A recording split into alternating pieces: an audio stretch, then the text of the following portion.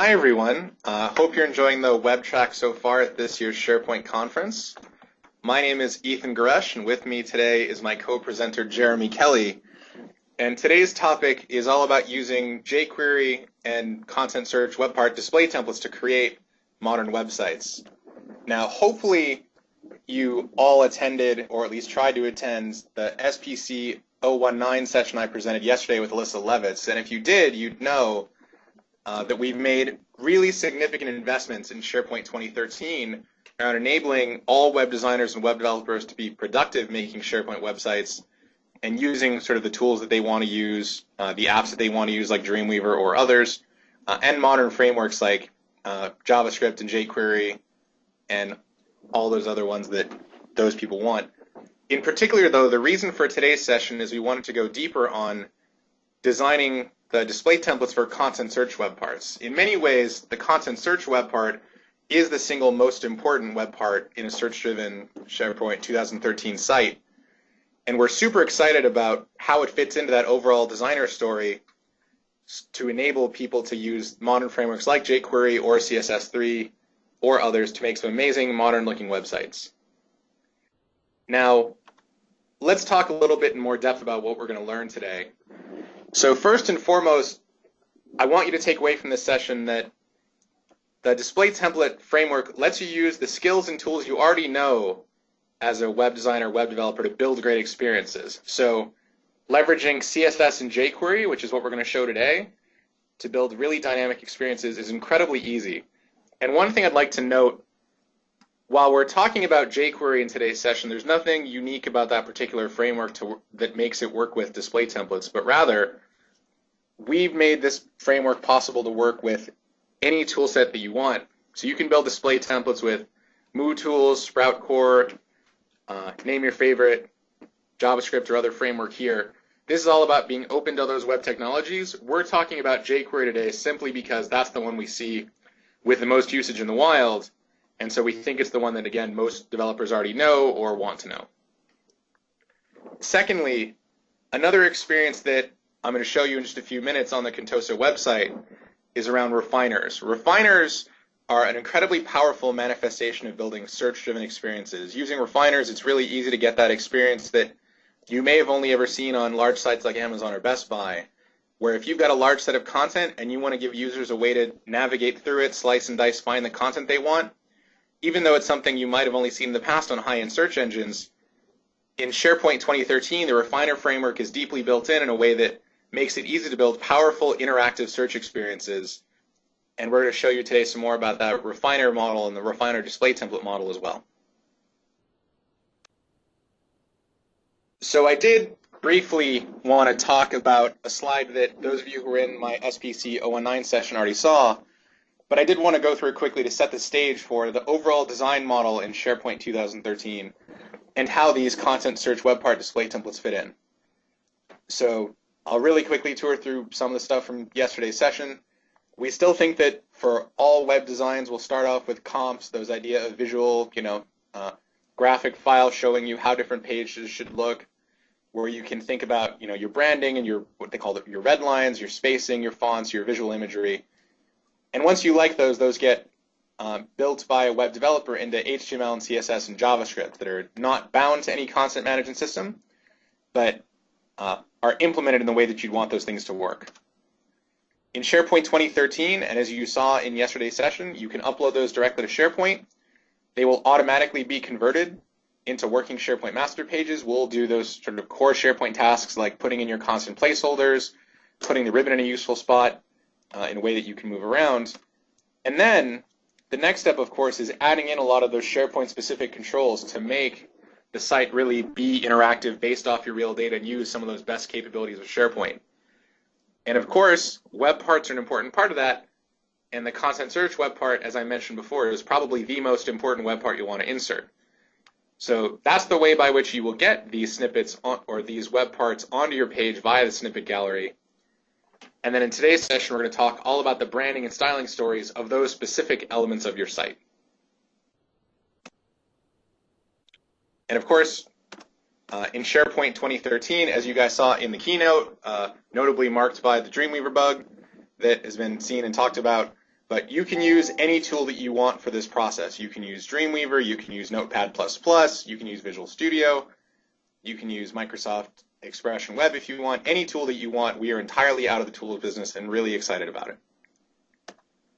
So, before we dive into the mechanics of design, let's quickly catch up with the Contoso Electronics site that you saw yesterday, demoed in the keynote, and that we actually built out from scratch during yesterday's SPC 019 session. And let me give you a tour of that site, and in particular, we're going to talk about where the content search web parts are in that site and where the refiners are, and that will be sort of the jumping off point for all the demos we're going to build today, which all start out with this mindset of you've got the Contoso Electronics site that you all saw yesterday, and now we're going to add a bunch more dynamic, rich, interactive, modern behaviors to it. This is the home page. That's not the surprising part. But down here, we actually have some content search web parts on the page. We have one for customer favorites, and we're going to customize that in just a few minutes. Another one under staff recommendations. And again, while you might not have thought of these originally as a search that a user's doing, right? When you think content search, you tend to think about a list of blue links, right, with a text box above them. These are not that. These are context-driven searches that users don't think of as searches. They're really just a great way to present the data. Similarly, if I was to go to, let's say, the cameras category page, over here on the right, this is all a content search web part that's showing these 6 cameras. And similarly on the left, this is the refiner that lets me click, and it behind the scenes updates a search query. But the key is that users don't think of this as search. Users think of this as I get to interact with a site, and it feels really fast and it feels really modern, and search happens to be the technology powering all of that. So that's the backdrop for today's set of demos, and what you'll see are really taking this site as it exists and doing a bunch of really mind-blowingly cool things to make the site look even better. But before we do that, I'm going to turn it over to Jeremy Kelly, who's going to teach you guys more about how display templates actually work. Hi, everyone. I apologize in advance Mike. if you get a reflection.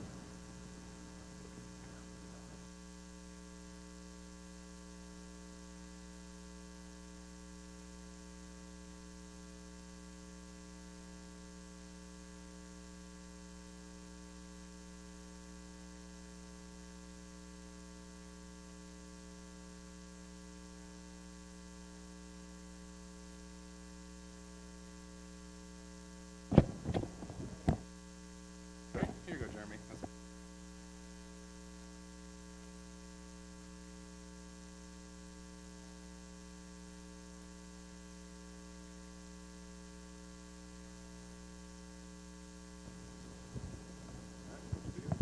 Hello? All right. You'll note that's not a SharePoint bug. Just saying. Yeah, Dreamweaver. All right, so let's take a quick look at how these content search web parts actually work in practice with kind of a logical model. So at the top, we have what everybody kind of normally thinks of in SharePoint, web part, right?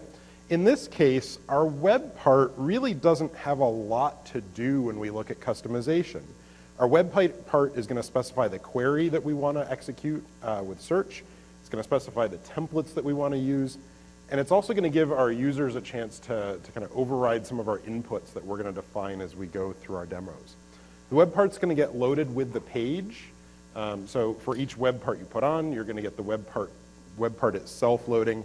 You're not really going to need to go in and do any customization of the web part itself throughout the process that we're going to talk about. The next part is what we call the control template. And the control template is really what determines the layout of the items on the page. So in this case, you can see I've highlighted the paging controls. And that's really what the control template does, is just figure out what order to put things in, how you want them to flow on the page. You're going to, again, get one of these rendered once per web part on the page. So for each time you put a content search, for each time you use the same control template, you're going to get one of those. You're going to get one, its JavaScript is going to execute once, the HTML is going to get rendered once.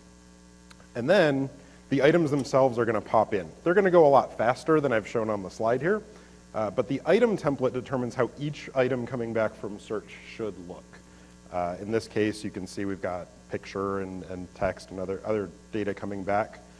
These get rendered sequentially once per search result. So you can imagine when you're writing your JavaScript and the HTML, that's actually going to get loaded and executed once per item that comes into the page. So it's something that we're going to think a lot about in our demos. And lastly, we actually pop back out to kind of the control template level after all of the items render. And we'll see this in the code demos once we pop in, which will be very soon. Once the control template finishes, we actually get some events that pop that are going to be the magic that helps us do all the cool stuff we're gonna do with jQuery and CSS. So let's jump right into a demo and see just how easy this is. So here's our website that Ethan showed us. We're going to go down to the bottom of the page here. We've got these 3 results coming back from search for customer favorites. And this is all right. I mean, it matches the theme of our site, but we want to add a little bit of sizzle to this to make it look cooler. So we can actually take a third-party plugin for jQuery and take one of our content search web part templates, our display templates, and make it use that instead of doing what it does out of the box. So we're going to just go in. If you saw Ethan and Alyssa's session yesterday, then they talked about kind of mapping the files, mapping the drive for where all of your design manager files live. The content search web parts all live in the design manager, the master page gallery. So we can very easily, let's take the list control here.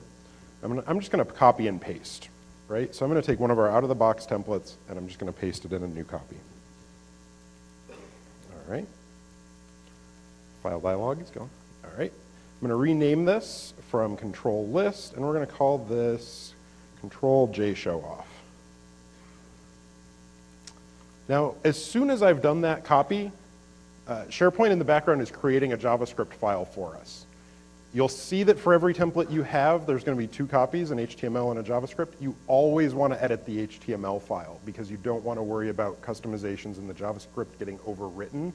And the HTML is a little easier to work with. So we recommend that you always work with the HTML.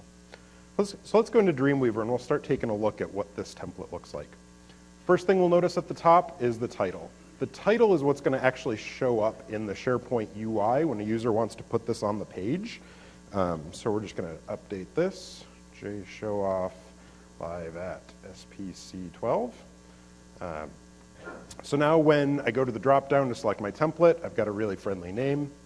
There's some other properties here in this block that you see kind of in gray. These are properties that will also show up in the editor experience within SharePoint.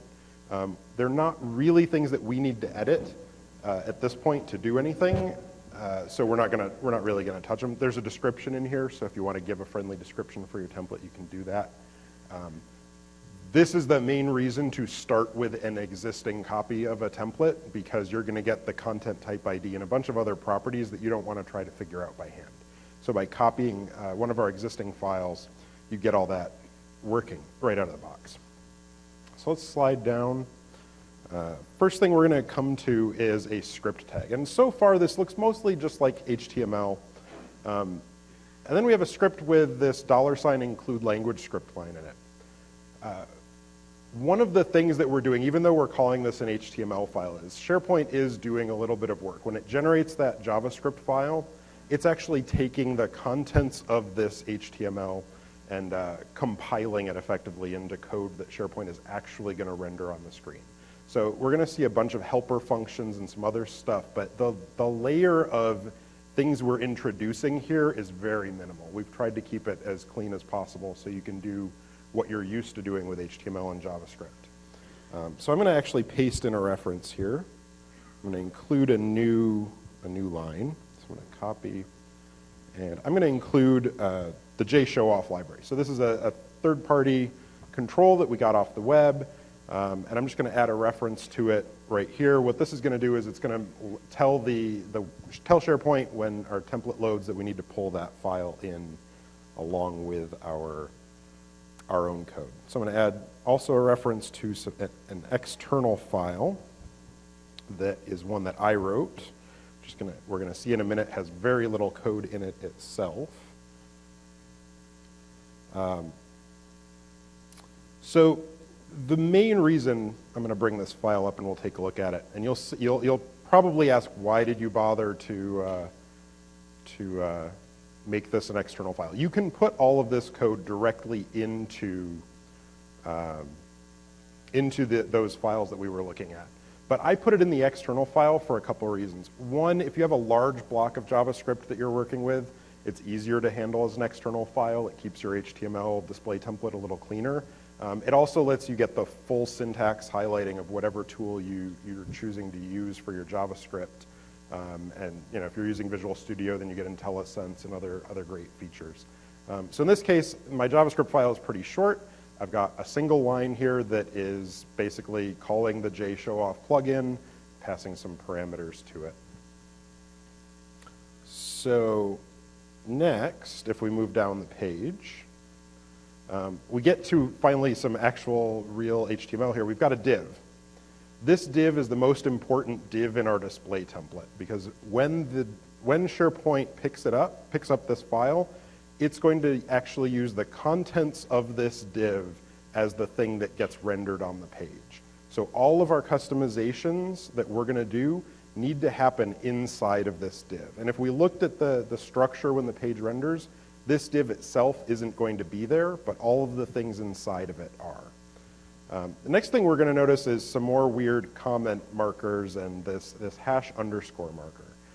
This is our way of letting you actually include code directly in the HTML. Because we're compiling it to JavaScript for you, we're not expecting you to use script tags to include the code you want. We've introduced this marker that you can put inside of a comment block and then allows you to do whatever JavaScript you need to do. And we're going to, as we go throughout the day, we're going to see a little bit more details around those things. But I'm going to add one more line of code to this. And it's going to actually connect up our display template to the plugin that we're pulling in. It's going to actually wire up that code we saw in the other line, in the other file. And this is going to be the add render context callback. And we're passing in this thing called onPostRender. If you've worked with jQuery, you're probably familiar with document.ready. OnPostRender is kind of the equivalent of document.ready for display templates. It's an event that's going to fire after all of the HTML has been output for our display template. So if we want to do cool things, then it gives us a place to connect up after we can guarantee that all the elements we need have been loaded. And that's going to be really important as we go. So I only have to do a little bit more to this to actually make it work, and then we'll swap back over to the page. I'm going to take this unordered list here. This is what's actually going to put those search results on the page, and I'm going to add an ID to it. I'm just going to say that this is the jShowOff list, and I'm going to replace its CSS class. I'm going to call it CBS jShowOff, just so we can make sure we override the styling. I'm going to hit save. Let's go back over to our page. So far you've seen me basically write a line of JavaScript, maybe two if you count the add context render. I've changed a little bit with the UL, but I'm still working primarily out of the box here. Now we'll go back over to SharePoint and see just how much we accomplished with that, couple lines of code. So I'm going to go into edit the page.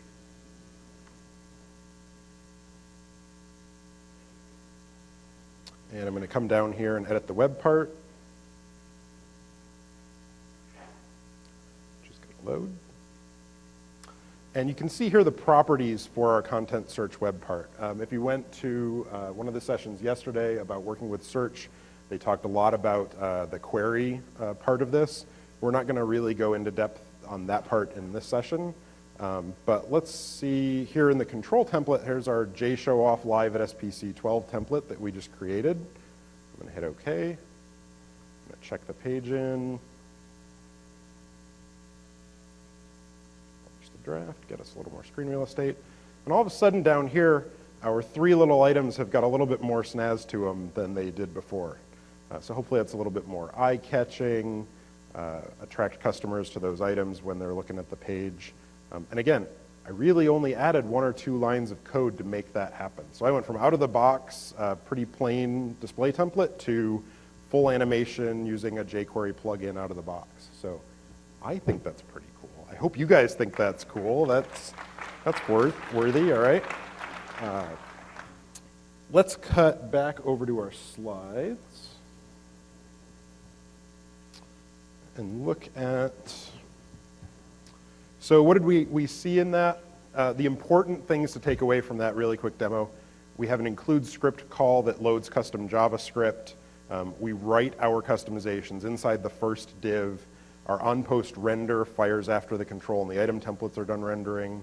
And something I didn't talk about, but I should have, we're using a jQuery plugin, and you didn't see me do anything to connect jQuery up. The reason for that is we actually put our jQuery reference in the master page for this site. We know that we're going to be doing a bunch of things with jQuery, and it's just easier to kind of bubble that up to a single point. It'll make controlling the jQuery version a little bit easier across the site, and generally it's a best practice that we put that in the master page rather than in the display template itself. We saw this took about 4 lines of code, and if we think back to our logical model, all we really did here is stuff that happens when the control template ends. We didn't really change the structure of the HTML very much. We didn't work with our item template, even though we got a pretty dramatic effect visually on the page. So that was great, but it's really only the first step, because what good are these search results if we can't actually bring in some interesting data that matches the scenario that we have, whether it's a product catalog or a knowledge center. It's all about the data that we actually want to show on the page. So how do we get that into the display templates? Display templates, in particular the item template, specify the inputs for the data.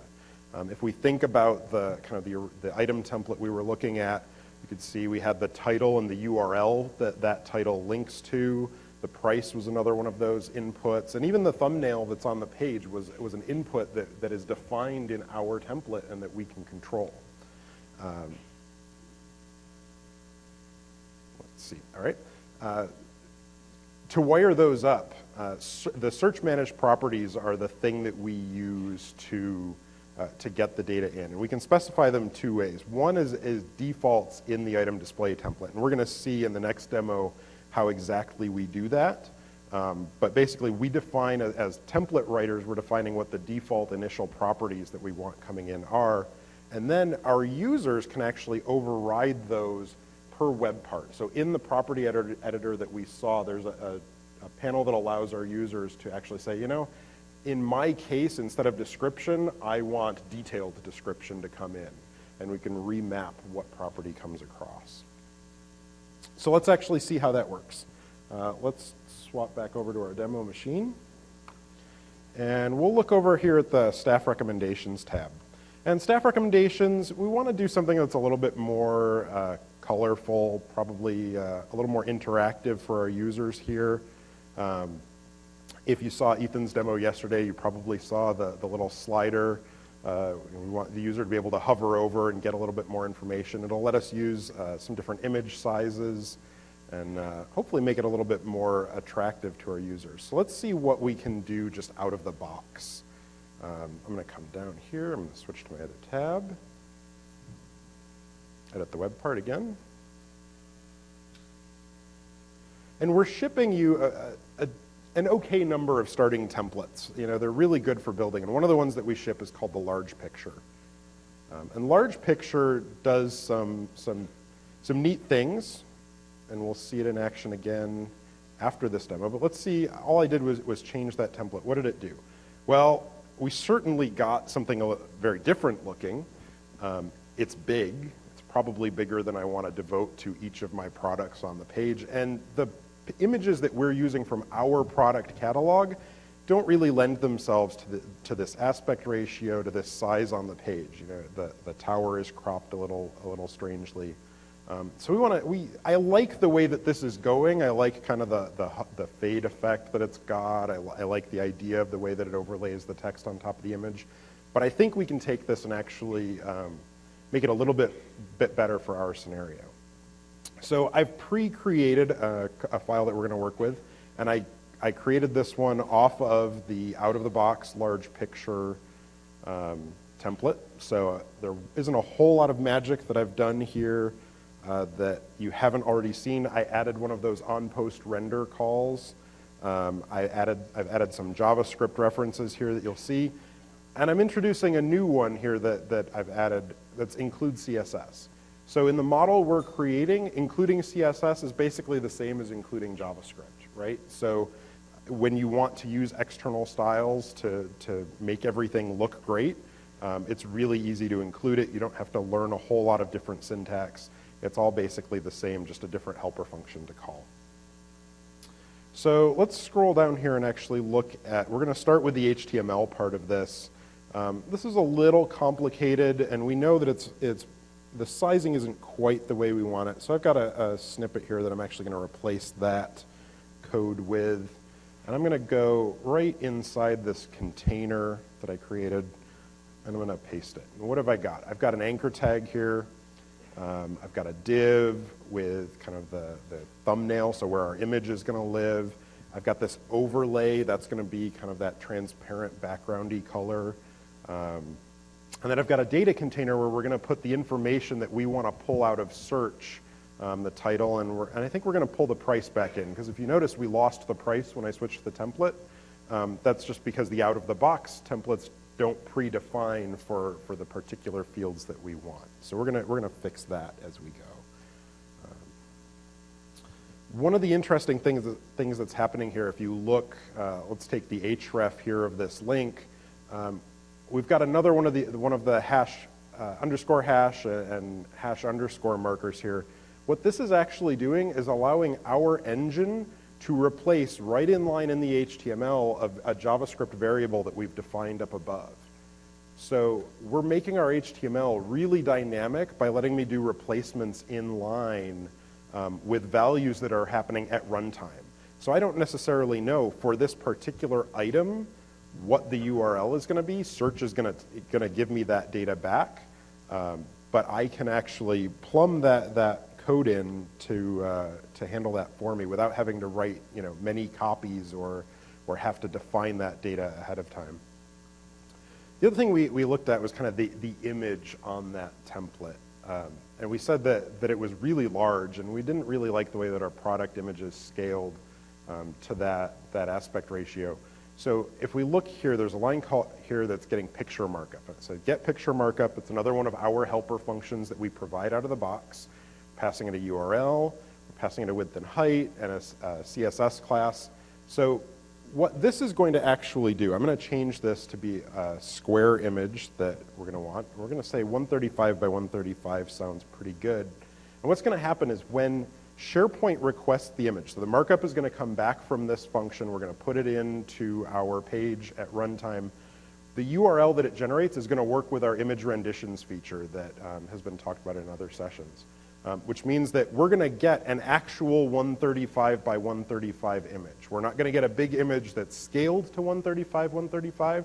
We're going to get an actual image that only has the page weight of needing to be that resolution. So if we're doing sites that are targeted for different devices, I can use kind of the intelligence of the image renditions feature to get the images that I want right in there. I'm also going to replace the class that's on this image because I kind of want something that's a little bit more from my custom stuff. So I'm just going to replace this property here. Paste in. There we go. Let's see, we've done a little bit of work here. We've replaced our HTML. Hopefully we've simplified it a little bit from the large picture. Let's go take a look at what that little amount of work so far has actually gotten us. So we're going to go in, we're going to set this to be our custom template. Just going to edit the web part again. And this time we're going to change the item template. We're still using our list. We're going to go sliding details live at SPC 12. Let's see what we've got. And publish. Come down here. Ooh, that looks a lot better for my product images. They're bigger than they were originally, but they're not overwhelming on the page. I've got the title. I've got that cool kind of hover or translucent background that I really like. It's still not really very interactive, and that gray is kind of oppressive. So I think we can do better than that. But even with the little bit that we've done, we've already made a pretty drastic change to this template, that we're fitting a lot more items on the page. It's getting a lot closer to what we want. And so we're in pretty good shape, but let's see what more we can do. One of the things we talked about was bringing in more data, in particular the price of the item. So, this is an electronic site. Customers probably want to know how much the products that we're trying to sell them cost. So up at the top here, there's a line for managed property mapping. And the managed property mapping is what tells the search, or what tells the web part to go ask search for the set of properties we want. So I'm going to paste in here. Apparently when I look down, we get a little bit louder. I'm going to paste in the price. So what I'm doing here is I'm saying, for this display template, I want an input called price. This is an arbitrary string that I'm giving it that I want to use to refer later on in my code to get the value out. So I'm saying that price is the thing I'm going to call it. And this ret base price is the actual search property that holds the data that I want. So you need to know a little bit about your search schema as you're developing these, because that's where your input values are going to come from. But getting new data in is really as easy as just telling it, I want this property and I want it to come in. We can even, if we scroll over or look down a little bit, this one for picture URL, you can see it passes multiple properties that it wants. We could get publishing image, we could get picture URL, we could get picture thumbnail URL. What will happen in that case is the search engine will return the first of those properties that has a value. So if you know that you're working with multiple content types and they each have slightly different property names, but it's the same kind of data and you want it to work in your template, you can put all of the properties that you expect and it's going to give you the first one that matches, which is pretty cool. You can do your own fallback really easily with this system. Thanks. I think that's pretty cool too. So we told search that we want that value, but we actually need to get it into a spot that we can work with it in code. So let's scroll down into our template. And you'll see a bunch of these lines here. We're declaring some JavaScript variables and then calling this helper function again called getItemValue. And at this point, I'm going to paste in a line, and we're going to see this is where I use that name that I defined up above. So I've said I want price. What I'm doing now is using the JavaScript to get a JavaScript variable that has that value in it so that I can use it. I can put it into the div that we're going to use. And it's really that easy. That's going to do all of the work. Later on, we'll see. There are a bunch of other properties that come across with that. If you end up having to debug, this getItemValue returns a rich set of data about the thing that we asked for beyond just its individual value. Which is really handy when you're looking to see what you want. The next thing we're going to do is I'm actually going to define an ID for the div. So we're going to add a div for our price in just a sec. Let me scroll here. And I want to actually use this encoded ID variable that we've created. The reason we do this is going to give a unique name, a unique ID to this particular item. So if you think about how this is getting loaded by the engine, we talked about how the items get rendered once per item on the page. So if you put 5 items on the page and they're all named the same thing, when you're trying to do a CS or a jQuery selector or a CSS selector based on the ID, if they're all named the same thing, you're going to run into collisions. And so by using this, a unique ID, at runtime, we can actually give a target that we can hit with our code. So we've added our ID. Let's add the div for our value. So I'm going to copy that. And I'm going to come down here, and I'm going to put it right underneath the title. So we saw that we had the product title on the item. I'm just going to add the new one here for the price. And we can see if we look at this, I'm setting the title of that div, and then here's the value that's going to go into our div. I'm using those replacements again to get the JavaScript variable that we defined earlier, and I've just put the $ string because I know it's a price and I want it to look nice on the screen. Last thing, I didn't really like the gray So adding some color to this is going to be pretty easy. I happen to have predefined a JavaScript function that's going to give us a not really random, but at least rotating color that we can apply to this, make it a little bit prettier. So I'm going to make a function called a getNextOverlay color. This is just something that I defined in my script. This isn't a helper function that we ship out of the box. And I'm just going to change, the CSS class. So right here is where I said I want the black background on my item. If I can highlight it right. So there's the class name that gave me the black background. I'm going to replace that with one of my variable replacements. So I'm actually replacing the class name of the CSS class I want to use dynamically using these variable replacements the same way I would with the contents of a div. I can do this with the ID. I can do it with really anything in here, but I'm going to go ahead and do it with the CSS class. So let's take a quick look. I'm going to save that. We're not quite done yet. We wanted to have that animation to be a little bit rich so that our users can actually see some of the data. So we're going to open up the JavaScript file that I created. I linked this in with the include script function that we talked about earlier. And so in here, I've defined a couple functions. I've got a hover in and a hover out, which is just going to define what to do when the mouse goes over. Right here, we're animating two properties. We're going to animate the height and the top property so that when the mouse comes in, we're going to slide our div up, and when the mouse goes out, we're going to slide it back down. And then if you look down here, this is my color rotator that's just going to give us those neat colors that I called from the other file. So the only thing I need to do in here that I've left out is actually wire up the event in my init. So my init function gets called in that on-post render we talked about in the first demo. And so once all of the HTML is loaded, we're going to assign the hover method using the jQuery selector for the container object that I define, or the container div that I defined. So I'm going to save that. Let's go see what our last set of changes actually did for us. So we started there. We're going to refresh. Oops. And I think I hit the wrong button because my web page went away. Let's go back to the home page. Look over here. And ooh, looking a little bit better than that dark gray. That's pretty good. And when I slide the mouse over, I get the hover, and there's my price that I brought in.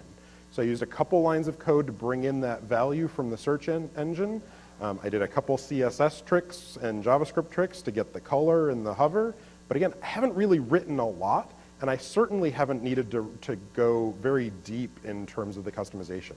I hit Control S over in Dreamweaver, I refresh the page, and my new template is there, the changes that I've just been making. So it's a very quick, easy way to develop these templates. So I think that's pretty cool. All right, we're making progress. Let's go back over. We'll recap. So our custom CSS works exactly the same as our custom JavaScript that we brought in. We're using this another helper function, same syntax. Our get picture markup. So we're probably working a lot with images.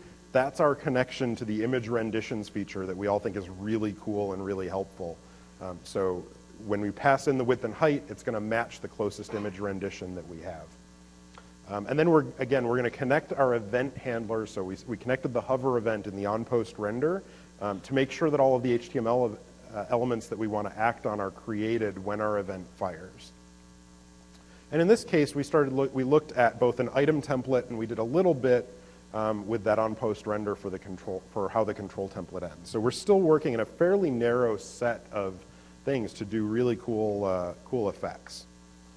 And that's all well and good. So we've seen a little bit of a control template. We've seen how we get data into item templates, but how do we make them work together? You can certainly use any control and item template combination that you want. You saw in the editor, those are separate drop-downs that you can pick independently. And these are some of the out-of-the-box ones that we ship here. So there's a picture on the left, there's a picture on top. There are control templates, both for paging and not paging. The middle one there is a 2-line template that's great for documents that maybe don't have thumbnails. And those are really cool. We're really happy with how those came out of the box. But when you're designing a site, you've got a design in mind, you've probably got styling, you've got things that you want to work together. You want to think of those things probably as tightly coupled. And one of the cases we did this in the ones that we're shipping is the large picture and the slideshow control. So large picture is the item template that we started with to create that sliding details demo. And the slideshow is just a simple out-of-the-box slideshow control. And we designed those, the CSS, the way that they fit together to really optimize for a given scenario. You can use those templates in other combinations, but they work best together. So why don't we take a look at how we can actually do something that makes a control template and an item template that rely on each other to create something interesting. So let's go back over to our site. I was pretty happy with our staff recommendations. I mean, I don't know, I can sit here and make this wiggle all day long, and I'm pretty happy with it. But it's still, we're calling this staff recommendations, and we're not really showing very much about these products, right? We've got a title and we've got a price.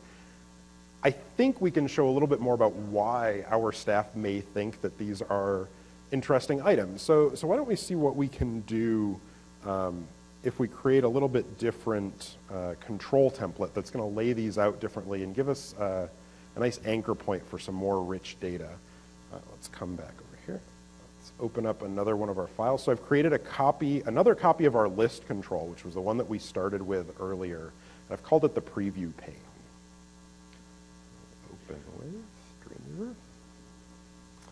Dreamweaver. And this template, I'll scroll down. This is really pretty basic. I've done the same setup that I did to the other one. I've included a CSS file that brings my styles in. I've included my JavaScript file that has my external script, and we're going to see what's in there a little bit later. But really, I haven't done anything else to the list. Now, the first time we looked at the list, we didn't really go into too much detail about how the list was working. We just added a style, and we called a JavaScript function, and we got the really cool animation on it. But this time we're going to look a little deeper. So there's this block here that's called the render wrapper. And the render wrapper is code that gets wrapped around each item as it comes out. So the item render result input here is the actual markup for the individual item that came back from search. And in this case, you can see we've wrapped it with a list item, and that's what goes into our unordered list down below. And that's great. It works out of the box just fine. But in my case, I want to use divs because it's a little easier for me to lay out that way. So I'm going to get rid of the list item definition. We're actually going to replace that unordered list with some other code. So we don't need those list items. I'm going to create two new elements. And the first thing I'm going to do, I'm going to paste in the IDs. We talked about why we want unique IDs on the page, so I'm going to create some of those. Paste those in. I got two new things. I'm going to create what I'm calling a preview pane container and a hero panel. And I'm going to paste a little bit of HTML that we're going to walk through in. So I'm just going to replace this entire unordered list. Didn't hit Control-C over here. I'm going to paste that in. Okay. So this will give us a little bit different structure. We've got our container, which is going to hold the entire thing that we're rendering. We've got this hero panel, and then we've got what I'm calling the item tile container. The item tile container is where our individual item templates are going to get rendered, and the hero panel is actually with our CSS going to float to the right and give us a place that we can show more details about each item.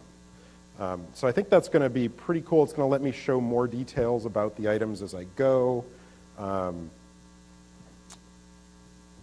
Let's save that.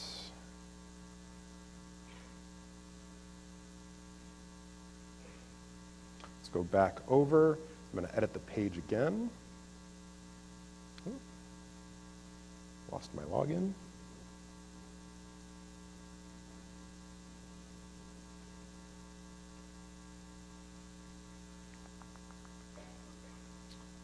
Go and edit the page. Go over to the recommendations. We're going to edit the web part. And this time we're actually going to change the control template. So we can see here, here's our preview pane live at SPC 12. That's the template that we were just looking at. I'm going to hit OK. I'll check the page in. Let's see what we've got over here on the recommendations. All right, so our items are getting rendered a little differently. Instead of being kind of all left to right, now we've got a vertical list of them. I've got this big white space that I can do really interesting things with. I haven't yet. When I click these items, right now they're going to the details page. And that's not quite what I had in mind. I actually want to bring more of that information right on to this page here. So it's not really going to take very much for us to do that. The first thing we're going to want to do is actually go back to our item template. And so this is where we get into the part of bringing an item and a control template together. So if we look at our item sliding details, I want to bring the rich data in that we're going to use. So right where I updated the price earlier, I'm going to paste in another property here that's going to bring in some more information about our items. I'm going to add one additional CSS file. So I'm going to come down here to our script tag. I'm going to paste this in. It's going to give us another include CSS line. And this is just, I know that the data coming back from the search engine is going to use the styles that are in this file, and I want it to look the same as it would on the product details page on our front page. So that's the reason I'm bringing that in. I'm going to create a new property called the tile ID. And this is, again, it's going to be an anchor for our script code to run against. I'm just going to paste it right here underneath the encoded ID. It's just something that I know that I can count on to be there in JavaScript later on when I want to start manipulating things. So I mapped that property a second ago. Let's get its value out just like we did before. We had our price. Here's another one. So same thing, I'm calling get item value. Now I want the feature information. And here's where the magic happens. I'm going to make a call and generate some markup myself that's going to really tie these two things that we've been working on together. So down here, I'm just going to paste in two things. One, I'm going to create a link that we're going to use. So right here, I'm just defining as a string some HTML that's an anchor tag with a div in it that's going to have a link that's going to go to our end page. Because I'm going to make the click on those items do something different. I still want to let users get to the item detail page. I'm just going to add that link in. And then I'm going to generate some markup. I'm going to take that link and I'm going to add it to the value of what came back from the feature information. So up there, I grabbed the feature information out of search. And now I'm going to actually take its value property and combine it with the link that I just defined to create the blob of stuff that I want to put on the right-hand side of the page. And here's where it gets interesting. If we think about the order that things are getting rendered in, all of our work so far has happened in the onPostRender event. Well, the onPostRender event is going to get fired at some time in the future after I've already gone through and run all this code. So if I want to save information about the item that I'm currently looking at, it's not going to be there when my event fires unless I do something to save it out. So I've defined a function in the JavaScript called this add preview pane content data that's actually going to save our container ID, so that's the thing that we want to anchor to, and the content markup that I just defined right here. So I'm just going to use the JavaScript as a kind of a data transfer station here. And because I'm going to be changing what happens on click, I'm going to get rid of the anchor tag that we originally had around our item. So let's just get rid of that. And we'll save that file. And let's take a look over at our script. So let's open this. All right, so this is the custom script that I wrote for this preview pane application. You can see I'm doing some interesting, I'm just saving some data out. I've defined an array at the top here of data, and that function that we just called to save the data, all it's doing is pushing the data onto an array that we can get back later on. I'm going to want to then, I need a click event so that when the user clicks on my tile, I can put the information on the right-hand side. So all I'm going to do is I'm going to loop through that array that I created. I'm going to look for the ID that I stored. So I stored that container ID, which is going to be the unique ID of the item I'm looking for. And I'm going to match it with jQuery against the attribute of the this object that I'm looking at. And then I'm going to set the HTML property of the hero panel, so that big white space we had on the right.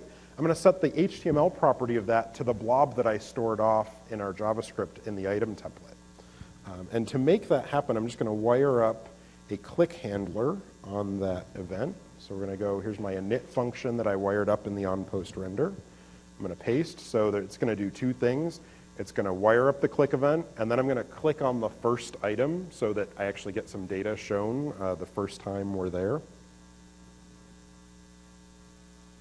All right, and let's see what we've got. That's saved. We'll refresh the page. We'll go over, and hey, all of a sudden that big white space has a lot of rich data about the individual products. I've got that see more information link that I created in code. And as I click through here, I get a very snappy replacement of that middle content with the content that matches the item that I am currently clicking on.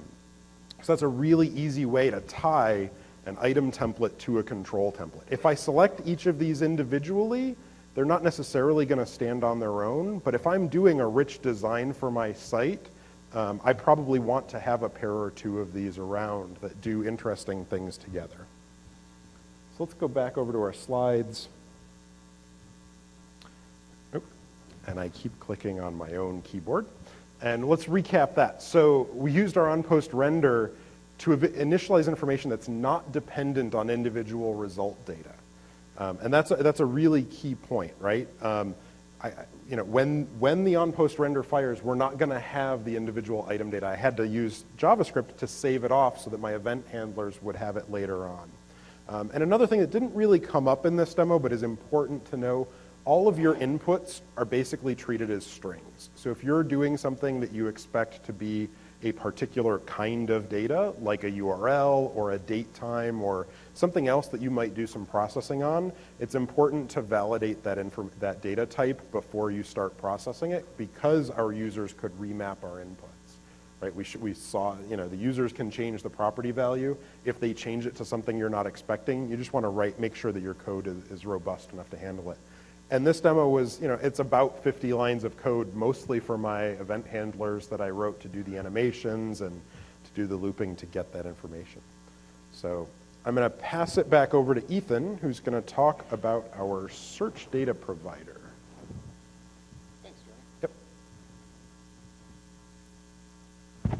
Thanks, Jeremy. Oh, loud. All right. I'll try not to shout. So let's talk about the search data provider. I showed you guys a bit before about refiners, but I want to give you a brief peek under the covers of how this experience really works. So every content search web part on a page in every refiner has a search data provider that's driving the data, right? The search query that's behind it. And each one can have their own, or that search data provider can actually be shared between multiple different instances and different web parts. And the reason you do that is for something like this refinement experience here, where you've got a content search web part, you've got a refiner, and the way those things interact, the reason that on click of a refiner the search results end up changing is that those are actually sharing a search data provider. And so one click of the refiner, all that has to do, it doesn't have to enumerate every content search web part in the page and force it to reload. It just has to change the context of the search data provider, and then everything else just works. So that, of course, begs the question, tell me more about interacting with the search query context in that data provider. How do I do things? So there's a bunch of different JavaScript objects you can use to do this. There's the list data object. When all these hangs off of CTX, which is sort of a minified version of the word context. So if you've been wondering what the letters CTX are that you've seen us really quickly scroll by in a bunch of demos, that's about to change, but it stands for context. And there's a few objects. There's the list data object that shows you all of the query results. And you could, if you wanted to, use this directly. If you had your own jQuery or other plugin that would rather have the data in JSON format and not in the HTML format the display template turns it into, you can interact with that data earlier and pass it that way.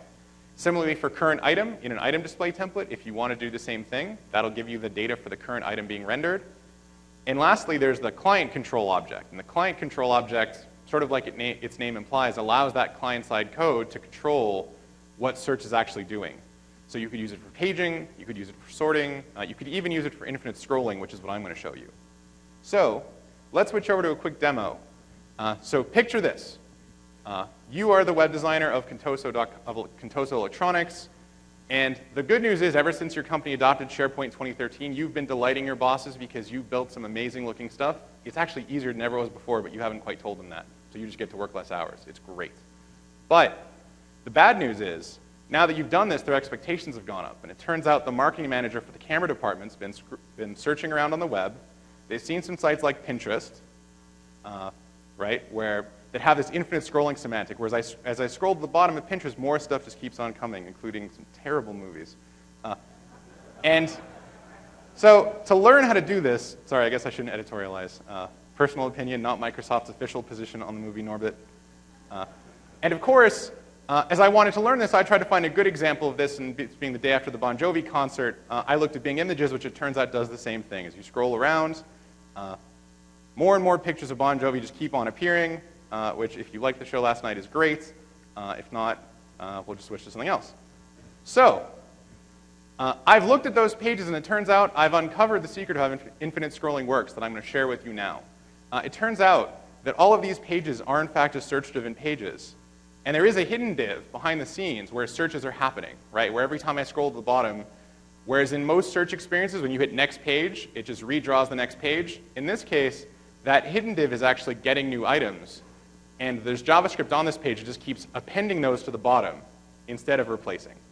So in a nutshell, that's how infinite scrolling works. And the good news is now that we've seen how display templates work, we can fairly quickly go ahead and add that. So let me show you what I'm going to do here. I'm going to throw this page into edit mode. This being a category page created through Cross-Site Publishing, it has a content search web part. The web part's query has actually got a bunch of cool things going on. That's the reason why there's only one of these category pages, and yet when I go to cameras, it shows me cameras, and when I go to other categories, it shows me other categories. Because the query itself is hooked up in some really cool ways, but of course, for today, we're just going to talk about the display template. And behind the scenes, to get us started, I created a new control display template called Infinite Scrolling that we're going to apply now.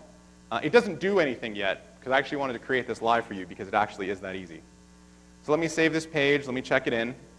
And again, so far it looks exactly the same, right? I scroll to the bottom, wait for it, nothing. But we're going to change that. So let me show you the infinite scrolling template that we've made, which I've got right here. This is a copy of the standard control list template you've seen a few times, but full disclosure, I changed the title. I did include one extra script to this helper function, infinite scrolling helper.js. So we're going to look at that in a second. And down here at the bottom of the file, as you've seen several times, I've added an on-post render, right, callback to this infinite scrolling helper function, which does nothing. And that's why infinite scrolling isn't working yet. But let's go ahead and make that a bit more real. So the first thing I'm going to do, as we talked about before, is that I know that to make this infinite scrolling behavior work, what I want to do is take this CBS list where the results are actually getting rendered, and I'm going to hide it. Right? So we're going to go ahead and give this an ID so we can reference it later. And we're going to use a bit of a hack by doing an inline CSS. But now, that actual div is not going to show. Again, you could reference external CSS files just in the interest of time. And now what I'm going to do behind the scenes is in my infinite scrolling helper, I've got a bit of JavaScript that we're going to go ahead and paste in. Let's get this into a bigger font so I can tell you what we're doing. All right, so all this is doing, I'm going to make a new div if I need to in JavaScript, right? So try to access a variable. If I don't have the div on the page, I'm going to create it. And then down here, I'm going to use some simple jQuery to select that hidden div. I'm going to iterate through each item, and I'm going to clone that node into the visible results.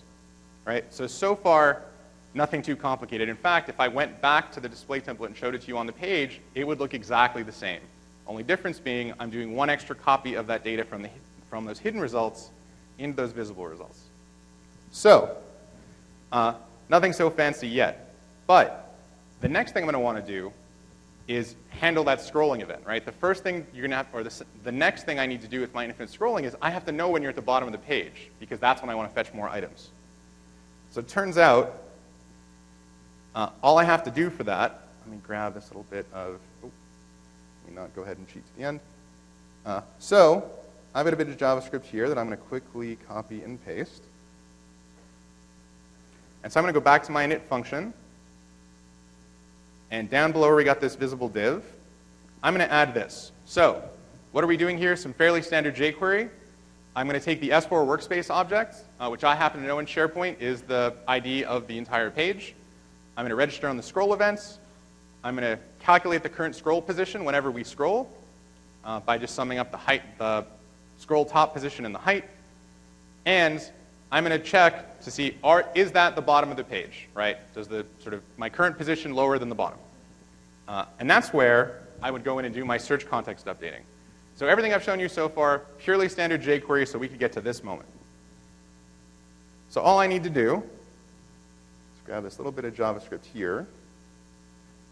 Oh, and I'll reload the file. Thanks, Dreamweaver. Okay. So all I need to do here is I take the line that says this is where the magic happens, which is clearly not out of the box, though the product itself is quite magical. And here's what we're doing.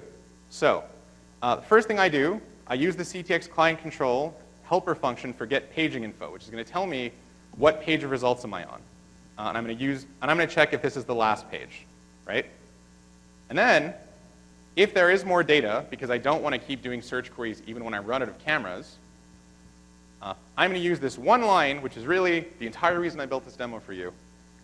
This one line, which is I'm going to use the page method of the client control, and I'm going to page to the very next page of results. So that's it. Now that I've got that done, hit save on my helper function, hit save on my template, refresh the page. Oh, let me clear off any query parameters. All right, refresh the page. We'll make sure it's published. Great. And now, as I scroll to the bottom, I see my 6 cameras. But just like that, wait for it. All right.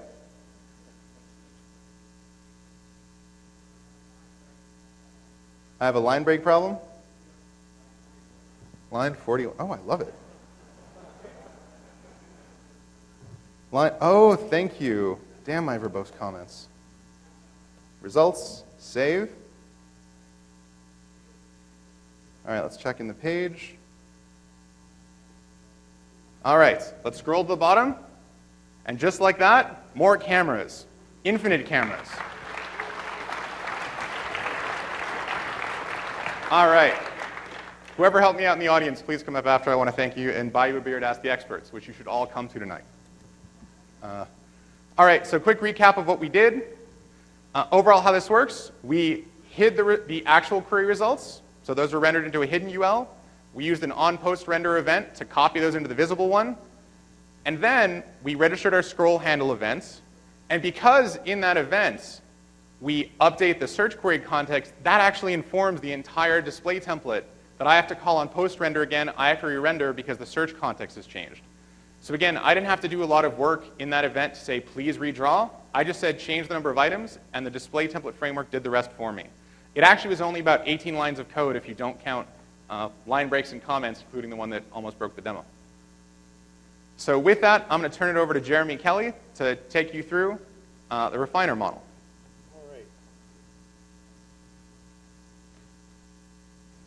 Okay, refiners, as Ethan showed us earlier, are the controls on the left-hand edge of our category pages that allow us to filter the results from our search.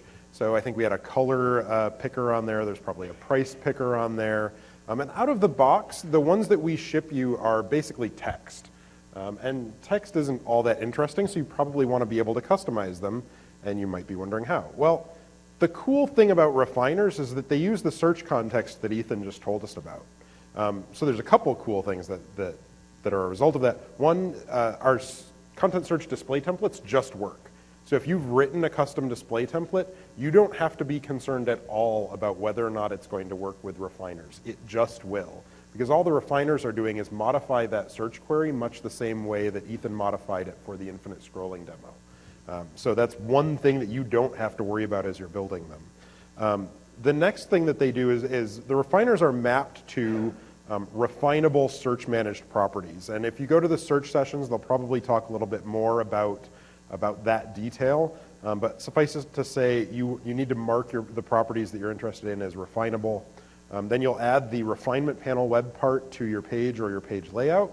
And then you configure that web part to use to a particular property, or you might be configuring faceted navigation to preset the refiners in a catalog connection. There's a whole lot of really complicated terms that I just threw out at you.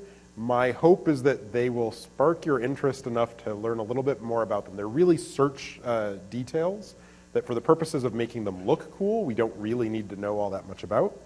So let's see what a cool refiner might look like. And I am a fan of doing things in color. You saw earlier, I liked to make the color over here rotate a little bit. So let's take a look at our audio category here. And you can see I've got a lot of audio products in a lot of different colors, but that is not what I expect a modern color picker to look like. So with our custom refiners, we can actually make that look a little better. And I promise, or unfortunately, this is going to be a little bit of a tease because I'm not going to go into the code behind this demo, primarily because we're getting close to the end of the hour.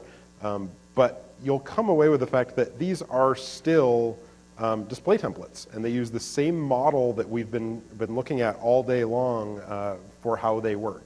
They're still a control template, they're still item templates, they're just called refiners. So if I go in here to the properties that were on that refinement web part, I can see the properties that I'm refining by. So in this case, I've got the color property, and down here it says which template that I want to use for that. And the default is refinement item. I went ahead and built my own color refiner because I thought the color would be a lot more interesting. So I'm going to select that. I'm going to hit OK. I'm going to hit OK here. And whoa, all of a sudden my big long list of text refiners is now in color. So I'm just going to check this in so we get a little bit more vertical space. Publish the draft. And as I click through here, I'm going to get back the items that match the data that I just selected. So I picked red. I can clear this out. I can pick, I think that's actually Microsoft yellow, which looks a little orange to me, but I don't argue with marketing people. So I clear that refiner. And so it didn't, in all honesty, it took me a couple hours to build that color refiner template.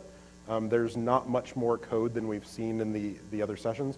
We're going to be posting a blog post soon after SharePoint Conference where we'll go into a little bit more detail. We're going to give you a starting template that you can use that's going to be great for working with refiners. I apologize we're not showing the code now, but I think you're probably, hopefully, have some questions for us. So let's quickly recap important points about refiners. They're just display templates, so everything we've already learned about using jQuery, about using CSS, just applies. And one detail, refinement data is only returned for values that are present in the result set. So you saw as I clicked through my colors, I grayed out the other colors that weren't in the data. That's because the refiner isn't telling me about the other colors that could be there. So I had to do a little bit of design magic to know ahead of time what colors my products were going to be and set that up. And that's really all we need for refiners. Same technology as everything else. And I'll throw it back to Ethan. Thanks. So I will say, if anyone wants to ask questions, there's microphone. I feel like a stewardess. There's microphones here and here. Please do walk up. We'll hang out until they kick us out, and we'll both be Ask the Experts. I did want to say a few things. Firstly, other sessions at SharePoint Conference. This being close to the end, many of these you should think of as recordings you should really go watch. But I will quickly plug the bottom one tomorrow morning that I'm presenting.